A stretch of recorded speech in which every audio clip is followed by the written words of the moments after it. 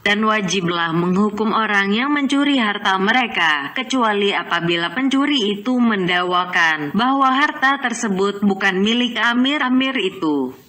Maka ketika itu, gugurlah hukuman siksaan dengan dakwaan tadi. Suatu masalah, mengadakan muamalah perniagaan dengan mereka itu haram, karena kebanyakan harta mereka itu haram.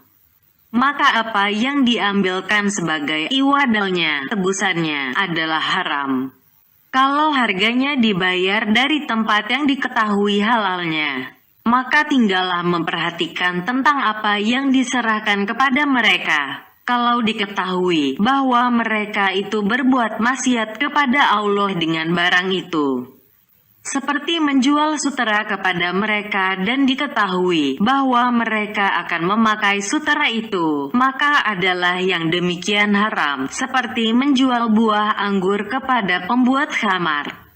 Hanya terdapat perbedaan paham tentang sahnya, dan jikalau mungkin yang tersebut tadi dan mungkin pula akan dipakai sutera tersebut oleh istrinya, maka itu adalah syubhat, diragukan, yang makruh. Dan ini adalah mengenai harta yang diperbuat kemaksiatan pada benda dari harta itu sendiri. Dan searti dengan itu, menjual kuda kepada mereka, lebih-lebih pada waktu dikendarainya untuk memerangi kaum muslimin atau merampok harta mereka. Karena yang demikian itu adalah menolong mereka dengan kudanya, dan itu adalah terlarang. Adapun menjual dirham dan dinar kepada mereka dan barang-barang yang seperti dirham dan dinar itu dari benda-benda yang tidak dilakukan perbuatan maksiat pada benda itu, tetapi hanya yang menyampaikan kepada maksiat dengan dia, maka itu adalah makruh. Karena padanya menolong mereka kepada kezaliman. Karena mereka memperoleh pertolongan untuk kezalimannya dengan harta-harta, hewan-hewan dan sebab-sebab lainnya. Dan kemakruhan tersebut berlaku pada menghadiahkan kepada mereka dan bekerja untuk mereka dengan tanpa upah. Sehingga pada mengajarkan mereka dan mengajarkan anak-anaknya tulis baca, membuat surat dan berhitung, adapun mengajari Al-Quran, maka tidaklah dimakruhkan, kecuali dari segi mengambil upahnya. Maka yang demikian itu adalah haram, kecuali dari segi yang diketahui halalnya. Kalau diadakan perwakilan baginya yang akan membeli di pasar-pasar dengan tanpa pembalasan atau upah, maka itu adalah mahruh dari segi memberi pertolongan. Dan kalau dibeli untuk mereka akan sesuatu yang diketahui bahwa mereka bermaksud dengan dia akan kemaksiatan, seperti budak, sutera untuk tikar dan pakaian, kuda untuk kendaraan kepada kezaliman dan pembunuhan, maka itu adalah haram. Manakala telah jelas maksud maksiat dengan barang yang dibeli itu, niscaya terjadilah pengharamannya. Dan manakala tidak jelas dan hanya mungkin menurut keadaan dan petunjuk keadaan, niscaya datanglah kemakruhannya. Suatu masalah, pasar-pasar yang dibangun dengan harta haram, maka haramlah berniaga padanya, dan tak boleh menempatinya. Maka jika ditempati oleh seorang saudagar dan ia berusaha di situ dengan jalan yang sesuai dengan agama, niscaya tidaklah haram usahanya dan ia maksiat dengan menempatinya. Dan bagi orang banyak boleh membeli padanya. Tetapi kalau ada toko lain, maka yang lebih utama ialah membeli pada toko yang lain itu. Karena yang demikian itu adalah menolong bagi tempat mereka dan memperbanyakkan sewa toko-toko mereka. Dan begitu pula bermuamalah perniagaan pada pasar yang tak ada pajak bagi amir-amir padanya adalah lebih disunatkan daripada bermuamalah perniagaan pada pasar yang ada padanya pajak bagi amir-amir itu. Dan segolongan ulama adalah lebih bersangatan, sehingga mereka menjaga diri daripada bermuamalah perniagaan dengan petani-petani dan pemilik-pemilik tanah yang ada padanya pajak bagi mereka. karena kadang-kadang mereka serahkan apa yang diperolehnya kepada pajak cukai. Maka terjadilah pertolongan bagi amir-amir itu dengan yang demikian. Dan ini adalah terlalu berlebih-lebihan pada pemahaman agama dan menyukarkan bagi kaum muslimin. Karena pajak itu telah merata segala tanah dan manusia tidak terlepas dari menggunakan tanah. Dan tak ada arti untuk melarangnya. Dan kalau bolehlah pelarangan itu, niscaya haramlah atas si pemilik tanah itu menanami tanah, sehingga tidaklah dimintakan pajaknya. Dan yang demikian itu termasuk yang panjang penguraiannya, dan membawa kepada menyumbat pintu kehidupan. Suatu masalah, bermuamalah, perniagaan, dengan katli-katli hakim-hakim dari amir-amir itu. Dengan pegawai-pegawai dan pelayan-pelayan mereka adalah haram seperti bermuamalah, perniagaan dengan mereka. Bahkan lebih sangat haramnya, adapun katli-katli itu adalah karena mereka mengambil dari harta-harta amir yang tegas haramnya, membanyakkan pengumpulan dan menipukan orang banyak dengan pakaian mereka. Karena mereka itu adalah dengan pakaian ulama. Mereka bercampur baur dengan amir-amir dan mengambil dari harta mereka. Dan tabiat manusia itu tertarik kepada menyerupakan dan mengikuti orang-orang yang mempunyai kemegahan dan keangkuhan. Maka mereka menjadi sebab patuhnya orang banyak kepada amir-amir itu. Adapun pelayan-pelayan dan kaum keluarganya, maka kebanyakan harta mereka adalah dari harta rampokan yang tegas. Dan tidak jatuh ke dalam tangan mereka harta kepentingan umum, harta warisan dan pajak, dan tidak harta dari cara yang halal. Sehingga lemahlah kesyubhatannya, diragukan dengan bercampurnya yang halal dengan harta mereka. Taus berkata, tiada aku naik saksi terhadap apa yang ada pada mereka, walaupun aku yakin. Karena aku takut akan mereka berbuat aniaya terhadap orang yang aku naik saksi kepadanya. Kesimpulannya, sesungguhnya rusaklah rakyat dengan rusaknya raja-raja, dan rusaklah raja-raja dengan rusaknya para ulama. Maka jikalau tidaklah katli-katli yang jahat dan ulama-ulama yang jahat, niscaya sedikitlah kerusakan raja-raja karena takut dari menentang mereka. Karena itulah Nabi Shallallahu Alaihi Wasallam bersabda, senantiasalah umat itu di bawah rahmat dan lindungan Allah selama para ahli qiraahnya tidak menolong amir-amirnya. Dan sesungguhnya disebutkan para ahli qiraah Al-Qur'an karena mereka itu adalah ulama. Dan pengetahuan mereka sesungguhnya adalah tentang Al-Quran dan segala pengertiannya yang dipahami dengan sunnah Nabi Shallallahu Alaihi Wasallam. Dan ilmu-ilmu yang lain di balik itu adalah yang datang sesudah mereka.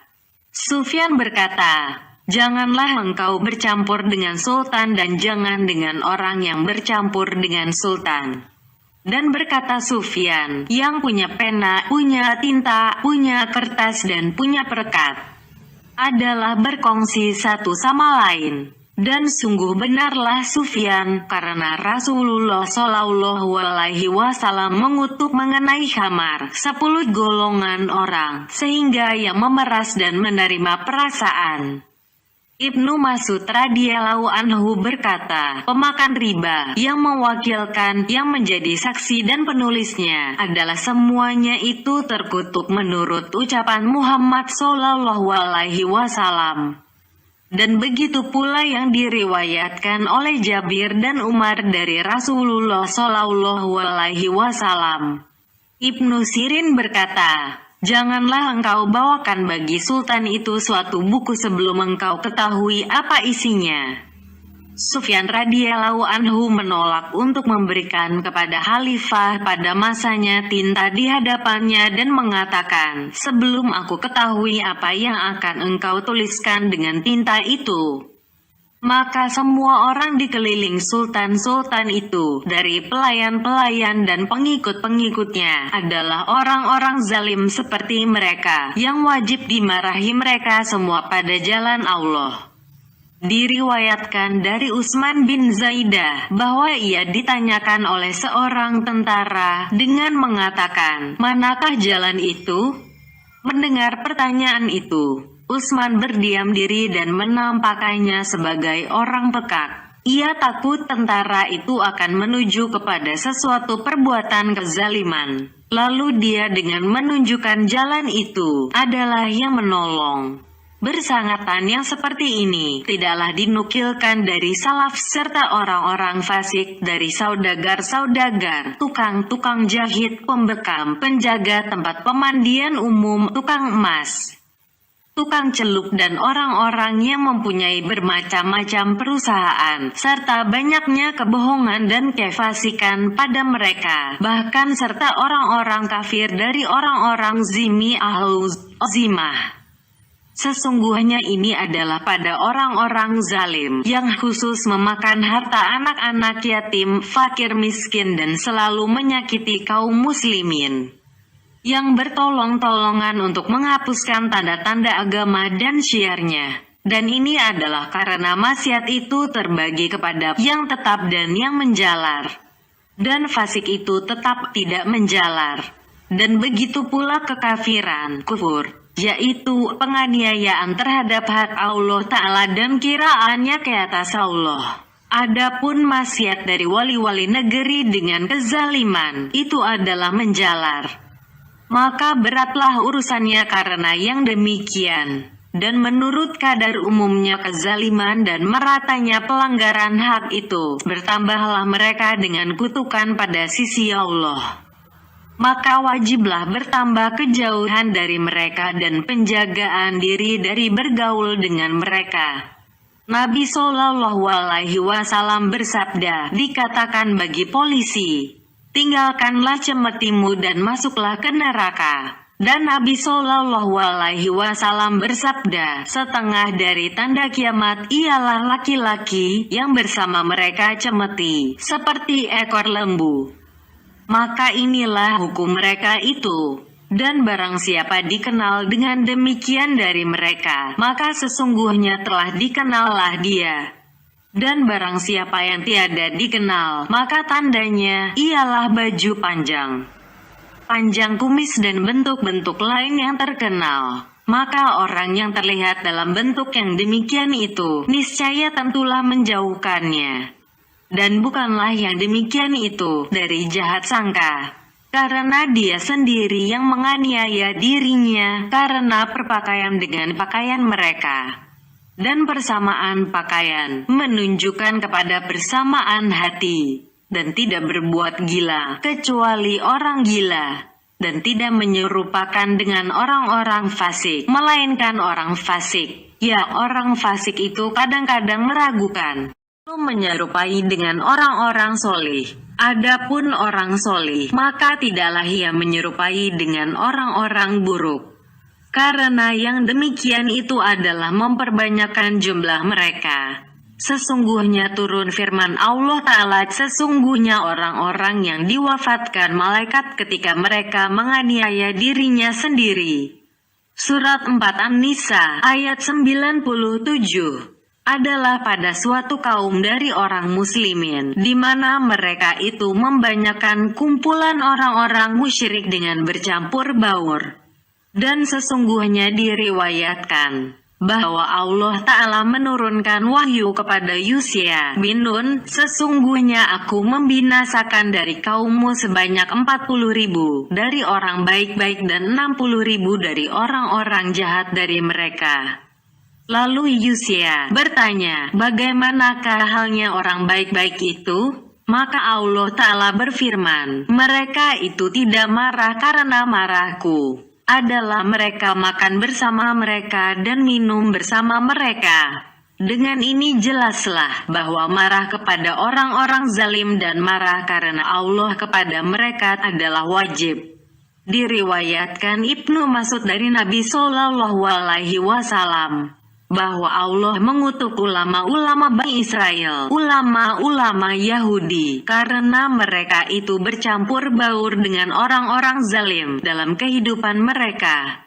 Suatu masalah, tempat-tempat yang dibangun oleh orang-orang zalim seperti jembatan-jembatan, surau-surau, masjid-masjid, dan tempat-tempat persediaan minuman, maka seyogyanya berhati-hati padanya dan diperhatikan. Adapun jembatan, maka bolehlah dilalui karena perlu. Dan yang menjaga diri, ialah menjaga diri selama mungkin. Dan jikalau diperolehnya jalan yang berpaling dari jembatan itu, niscaya lebih kuatlah untuk berlaku menjaga diri. Dan sesungguhnya kami memperbolehkan melaluinya, walaupun ia dapat berpaling dari jembatan itu. Karena apabila ia telah tahu pemilik dari barang-barang yang diperbuat untuk jembatan tadi, niscaya adalah hukumnya bahwa barang-barang itu ditujukan bagi kebajikan. Dan ini adalah baik. Adapun apabila diketahuinya bahwa tanah bakar dan batu adalah diambil dari rumah yang dikenal atau dari kuburan atau masjid tertentu, maka ini sekali-kali tiada halal melaluinya. Kecuali karena darurat yang menghalalkan seperti yang demikian itu dari harta orang lain.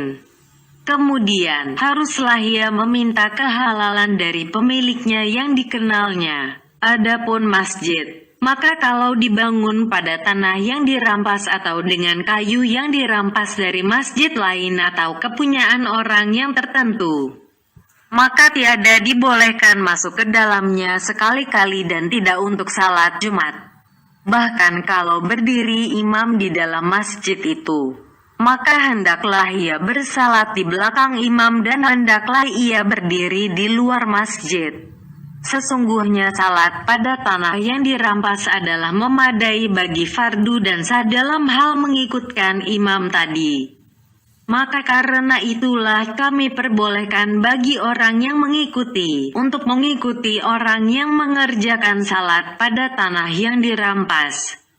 Walaupun yang mengerjakan salat itu berbuat maksiat dengan berdiri pada tanah yang dirampas. Dan kalau masjid itu dari harta yang tidak dikenal pemiliknya, maka ia menjaga diri. Ialah berpindah ke masjid lain kalau ada. Kalau tidak diperolehnya masjid lain, maka janganlah meninggalkan Jumat dan jamaah di masjid itu. Karena mungkin masjid itu, si pemilik yang mendirikannya, walaupun secara pemikiran yang jauh. Dan jikalau masjid itu tidak mempunyai pemilik yang tertentu, maka adalah untuk kemuslihatan kaum muslimin. Manakala ada dalam masjid besar bangunan bagi sultan yang zalim, maka tiada halangan bagi orang yang mengerjakan salat di dalamnya serta meluasnya masjid, yakni tentang menjaga dirinya. Ditanyakan kepada Ahmad bin Hanbal, apakah alasan Tuan tidak keluar kepada salat dalam jamaah dan kami dial askar? Ahmad bin Hanbal menjawab, alasanku ialah bahwa Al-Hasan dan Ibrahim At-Taimi, keduanya takut difitnahkan oleh Al-Hajjaj dan aku pun takut pula mendapat fitnah. Adapun pelicinan dan pengkapuran masjid, maka itu tidak dilarang untuk ke masjid. Karena hal itu tidak diambil kemanfaatannya dalam salat, dan itu hanya hiasan belaka, dan yang lebih utama tidak dilihat kepadanya. Adapun tikar yang dibentangkan, maka ada pemiliknya yang tertentu. Niscaya haram duduk padanya, dan jikalau tidak ada pemiliknya yang tertentu, maka sesudah diperhatikan untuk kemuslihatan umum, niscaya bolehlah mengambilnya untuk tempat duduk. Tetapi yang menjaga diri adalah berpaling daripadanya, karena itu adalah tempat syubhat diragukan. Adapun tempat penyediaan minuman, maka hukumnya ialah yang telah kami sebutkan dahulu. Dan tidaklah dari menjaga diri, berwudu, meminum daripadanya dan masuk kepadanya. Kecuali apabila ia takut luput salat, maka berwudulah ia dengan air itu. Dan begitu pula tempat-tempat yang diperbuat bagi jalan Makkah. Adapun surau-surau dan sekolah-sekolah, maka jikalau tanahnya tanah yang dirampas atau tanah bakarnya dipindahkan dari suatu tempat tertentu yang mungkin dikembalikan kepada yang berhak, maka tidaklah diperbolehkan masuk ke dalamnya. Dan kalau si pemiliknya diragukan, maka diperhatikan bagi segi kebajikan. Dan yang menjaga diri ialah menjauhkannya. Tetapi tidaklah mesti menjadi fasik dengan masuknya itu. Dan bangunan-bangunan tersebut jika diperhatikan dari usaha pelayan-pelayan sultan, maka persoalannya menjadi lebih berat lagi. Karena mereka tidak berhak menyerahkan harta-harta yang hilang dari pemiliknya kepada kemuslihatan umum. Dan karena yang haram adalah yang terbanyak dari harta mereka, karena tak boleh mereka mengambil harta kepentingan umum. Dan yang demikian itu hanya diperbolehkan bagi wali-wali negeri dan orang-orang yang bertanggung jawab. Suatu masalah, tanah yang dirampas, apabila dijadikan jalan raya, niscaya tidak diperbolehkan sekali-kali melangkahinya. Dan kalau tidak mempunyai pemilik yang tertentu, niscaya diperbolehkan. Dan yang menjaga diri, ialah berpaling daripadanya, kalau mungkin. Kalau jalan raya itu jalan yang diperbolehkan dan di atas jalan tersebut ada atap, niscaya bolehlah dilalui. Dan bolehlah duduk di bawah atap itu, dengan cara yang tidak memerlukan kepada atap itu, sebagaimana berdiri pada jalan besar karena sesuatu urusan.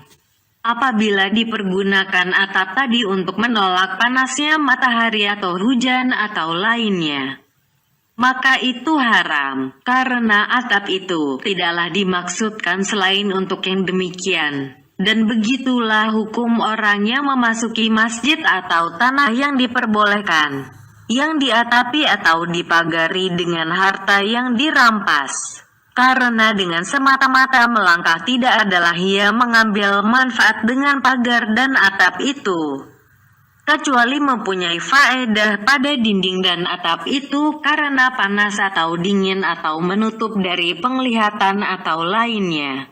Maka yang demikian itu adalah haram dari penglihatan atau lainnya. Maka yang demikian itu adalah haram, karena mengambil manfaat dengan yang haram. Karena tiadalah haram duduk di atas tanah yang dirampas karena ada padanya penyentuhan.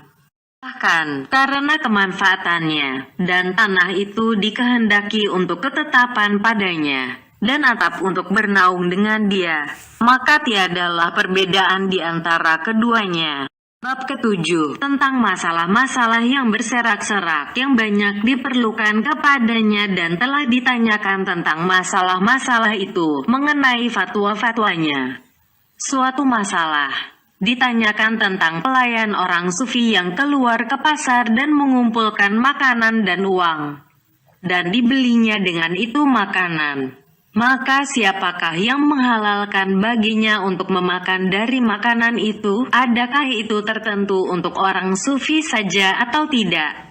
Maka aku menjawab, adapun orang sufi, maka taklah syubhat diragukan tentang hak mereka apabila mereka memakannya. Dan adapun orang lain, maka halallah bagi mereka apabila memakannya dengan kerelaan pelayan itu. Tetapi tidaklah terlepas dari syubhat diragukan. Adapun halal, maka karena apa yang diberikan kepada pelayan orang sufi tersebut sesungguhnya diberikan disebabkan orang sufi itu. Tetapi pelayan itu yang diberikan bukan orang sufi, maka pelayan itu adalah seperti orang yang berkeluarga yang diberikan disebabkan kekeluargaannya. Karena ia yang menanggung perbelanjaan mereka, dan apa yang diambilnya adalah menjadi miliknya, tidak menjadi milik keluarganya.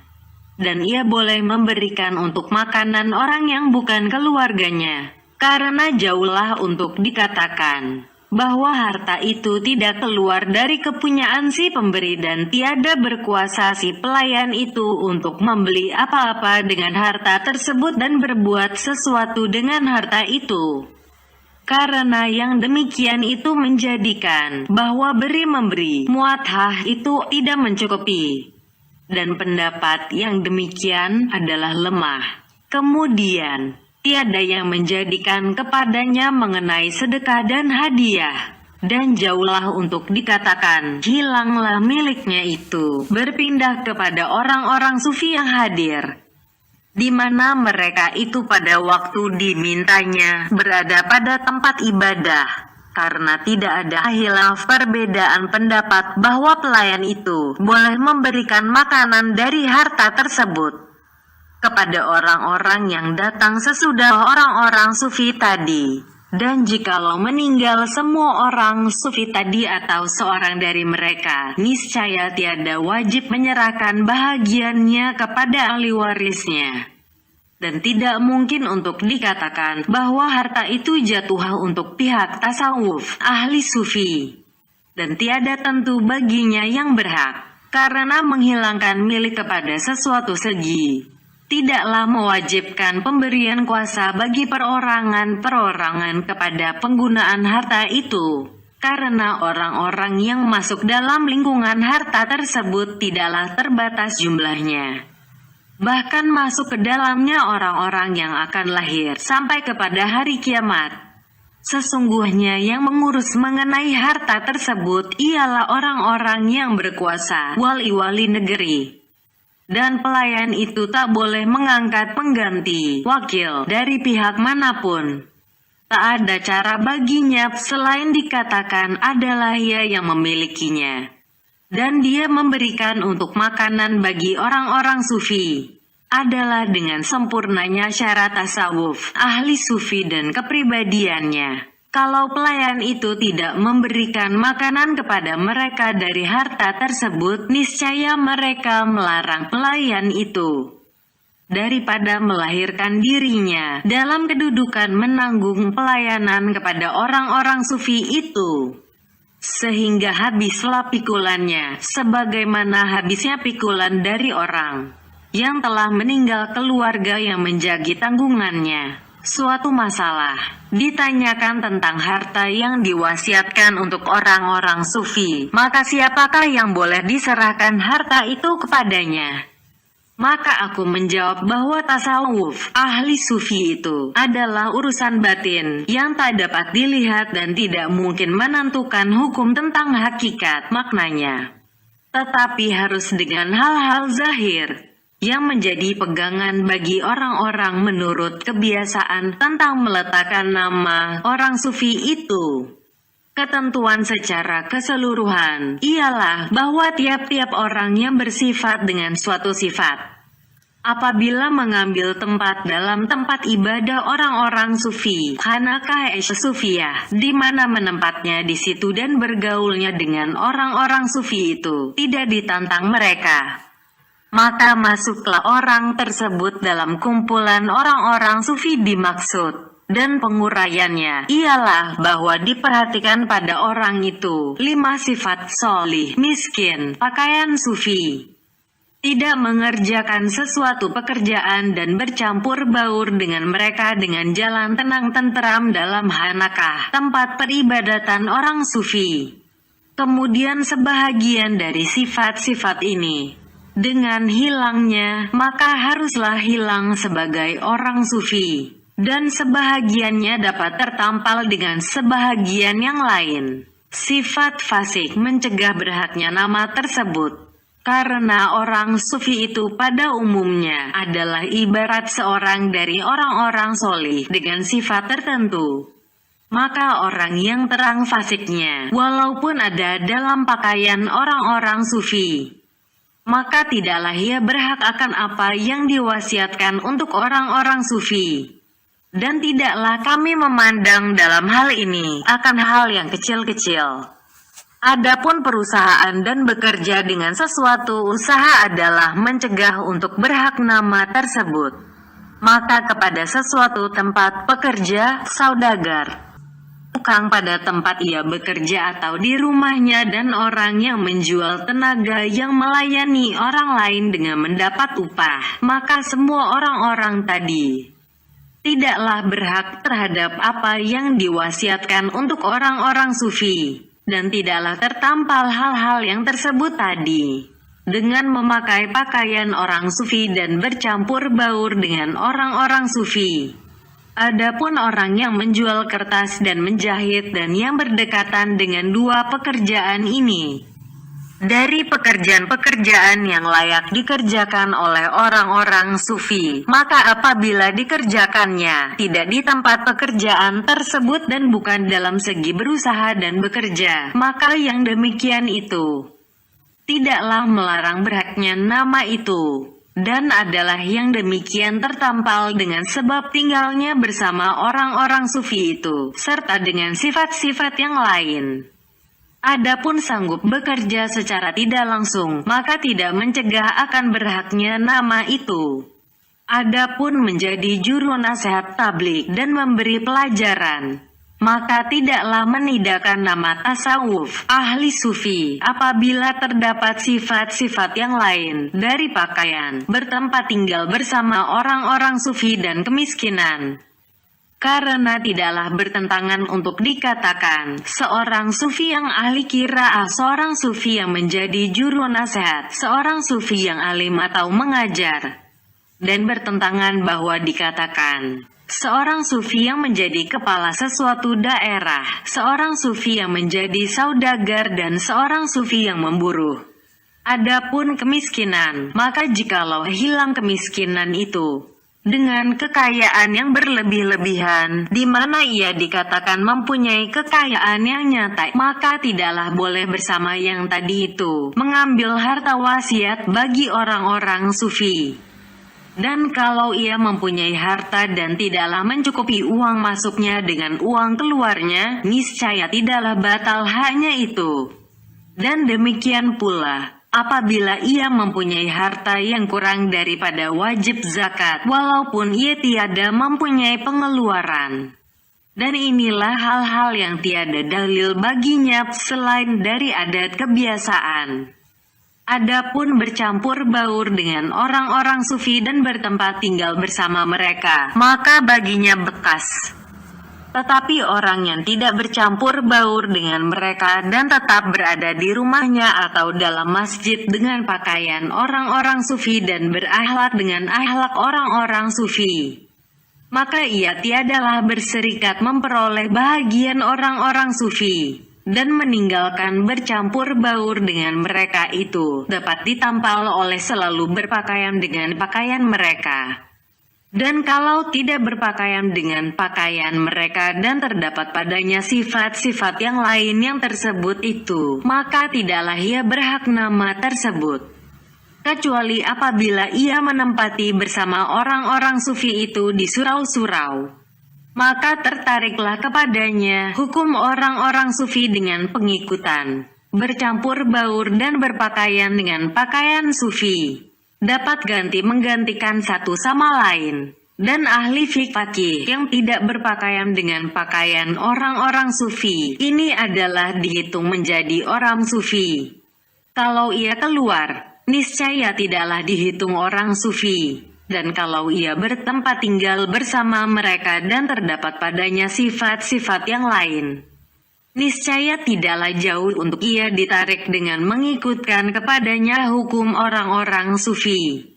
Adapun memakai kain yang berbagai warna dari tangan guru syaikh dari guru-guru mereka, maka tidaklah disyaratkan yang demikian itu untuk berhak bernama sufi. Dan tidak adanya itu tidaklah mendatangkan melarat baginya serta adanya syarat-syarat yang tersebut dahulu.